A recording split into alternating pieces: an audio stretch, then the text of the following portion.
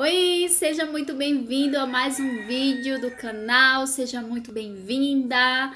E hoje eu quero te convidar a ficar até o final, porque em homenagem ao Dia da Mulher, eu vou trazer a história de uma grande mulher que para mim é um exemplo de oração e de entrega. Exatamente isso, um exemplo de mulher de oração e de mulher de entrega. E antes de eu começar a falar sobre essa mulher, eu quero te pedir para você se inscrever no canal, se você puder, deixar o seu like para que o YouTube envie essa mensagem para mais pessoas, comenta e também compartilha com outras pessoas, com aquela mulher especial que você ama e admira, e eu tenho certeza que ela vai amar ouvir essa história, resumidamente, mas eu tenho certeza que vai fazer muito sentido, e de repente Deus quer falar muito com você através dessa mensagem, desse vídeo de hoje, tá bom? Mas vamos lá. Ana, a história de Ana está lá em 1 Samuel, capítulo 1. Existiam duas Anas na Bíblia. A Ana profeta, que foi na época do nascimento de Jesus Cristo, e também existiu a Ana, mãe do profeta Samuel, um dos profetas mais reconhecidos da Bíblia, tá?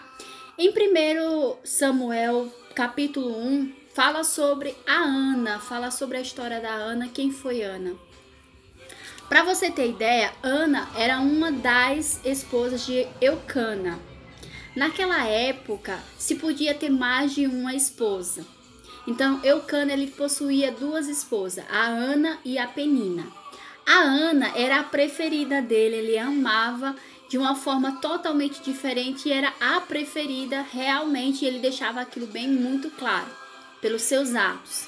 E Penina era a esposa a qual ele dava filhos a ele.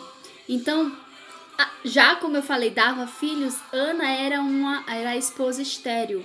Deus fechou a madre da Ana. E no versículo 5 do capítulo 1 de Samuel, fala exatamente isso. O Senhor lhe tinha cerrado a madre. Quando fala cerrado, isso quer dizer que fechou a madre, então ela não podia ter aí filhos. E isso era algo que incomodava, que deixava o coração dela muito, muito, muito triste. Apesar de ter todo o amor, todo o companheirismo de Eucana, aquilo não supria aí o vazio de não poder dar filhos. E claro, além de haver a questão da pressão da sociedade em si, também tinha aí a rival que fazia questão de humilhar, de chateá-la, de fazer com que ela ficasse ali triste com essa situação.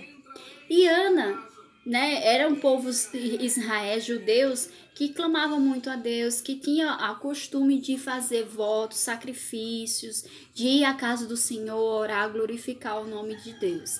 E Ana fazia muita oração, orava, clamava a Deus para Deus abrir a madre dela, jejuava também, mas aquilo não estava sendo suficiente para que Deus ouvisse ao ponto de abrir novamente a madre de Ana. Então, em uma determinada situação, onde eles foram, Ana, Eucana e todo o seu povo, foi à casa do Senhor para clamar, para fazer sacrifício ao Senhor, Ana fez um voto. Lá no versículo 11 do capítulo 1 do 1 Samuel, fala o seguinte: e voltou um voto, dizendo, olha só o que Ana disse para Deus: Senhor dos exércitos, se benigamente atentares para a aflição da tua serva e de mim te lembrares e da tua serva te não esqueceres, mas a tua serva deres um filho varão. Ou seja, além de pedir filho, ela foi bem específica, ela pediu um filho homem, porque naquela época era muito importante, né? Era muito importante que o primeiro filho fosse homem. Então, além dela pedir que Deus abrisse a madre dela, que desse filhos, ela ainda pediu que fosse um filho homem. Ela foi bem específica no que ela queria. deres um filho homem, ao Senhor o darei por todos os dias da sua vida, e sobre a sua cabeça não passará navalha. Ou seja, Senhor, se tu me deres, eu te devolvo. Ele será teu, e ainda assim não será cortado o seu cabelo. Nesse contexto, a Ana, por já estar ali muito tempo orando, jejuando, ela estava fraca, o coração dela estava pesado, e ela não conseguia expressar a oração dela através das palavras, de voz, mas somente os lábios delas batiam, fazia gestos. E aí, um dos profetas da época, o Eli, percebeu aquela situação e achou que ela estava embriagada de vinho e chamou a atenção dela para isso. Só que aí, olha o que respondeu Ana. Ana respondeu: não, meu senhor, eu não sou uma mulher atribulada de espírito. Nem vinho, nem bebida forte tenho bebido, porém tenho derramado a minha alma perante ao Senhor.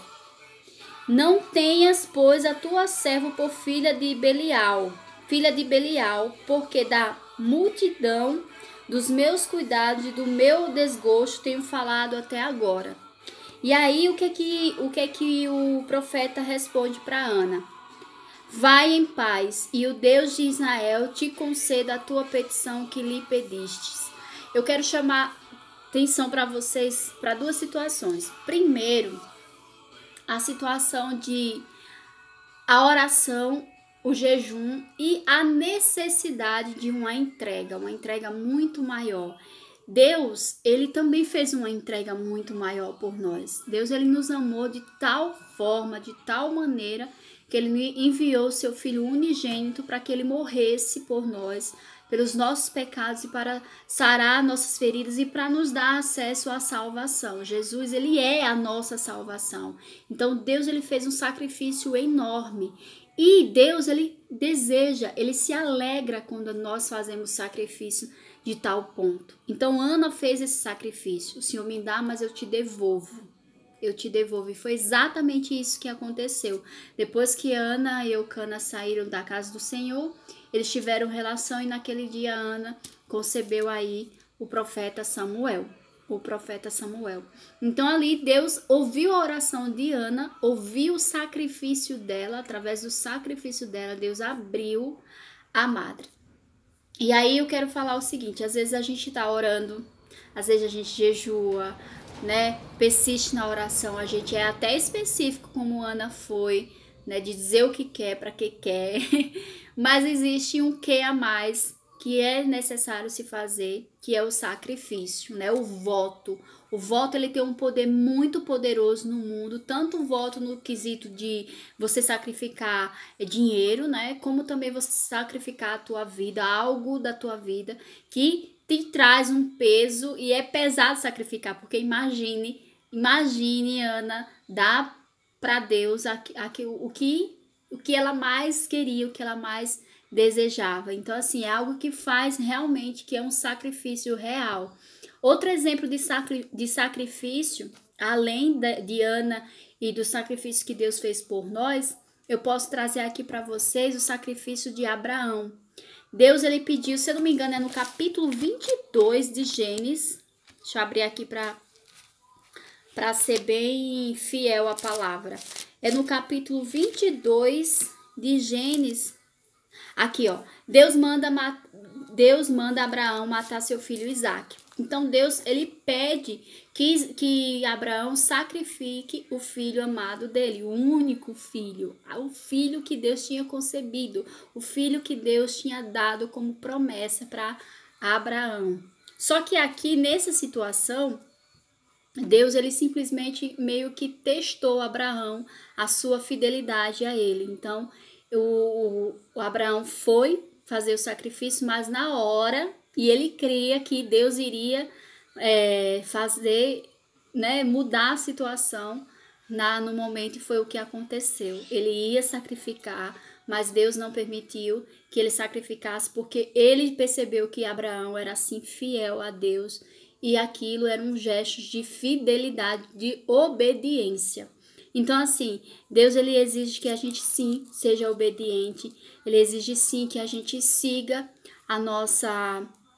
as suas leis, né, os seus mandamentos, Deus, ele sim, ele exige que a gente receba Jesus como nosso Senhor e Salvador para que a gente entre no reino dos céus. Eu já falei em alguns outros vídeos aqui que para a gente herdar o reino do céu, até tem um vídeo falando quem herdará o reino dos céus. Se você não assistiu, corre lá assistir, tá aqui no meu YouTube. E fala exatamente isso, para você entrar no reino do céu, você precisa primeiro reconhecer Jesus como seu Senhor e Salvador. Ninguém vai ao Pai senão por mim, então Jesus é o caminho, ele é a nossa salvação. E Jesus, ele veio exatamente para nos dar acesso ao Pai, para nos ensinar as suas leis, né? Ensinar a vontade do Pai. Então, além de reconhecer Jesus como nosso Senhor e Salvador, a gente precisa também fazer a vontade do Pai. E fazer a vontade do Pai não vai somente na questão de você seguir os mandamentos, você orar, você jejuar. Vai também você sacrificar. E quando se fala em sacrificar, a gente precisa ter um bom alinhamento com Deus para a gente saber realmente a vontade de Deus, para a gente não estar fazendo sacrifícios vãs, né? Sacrifícios de tolo. Então é preciso ter sim essa comunicação com Deus para que você seja orientado por Deus. Ana teve esse grande milagre após um voto que ela fez. E quantas vezes você já não ouviu aí Deus abrir portas de emprego, Deus curar através de voto? Então fica aqui para vocês essa reflexão dessa grande mulher. E eu até notei aqui o significado da palavra do nome Ana.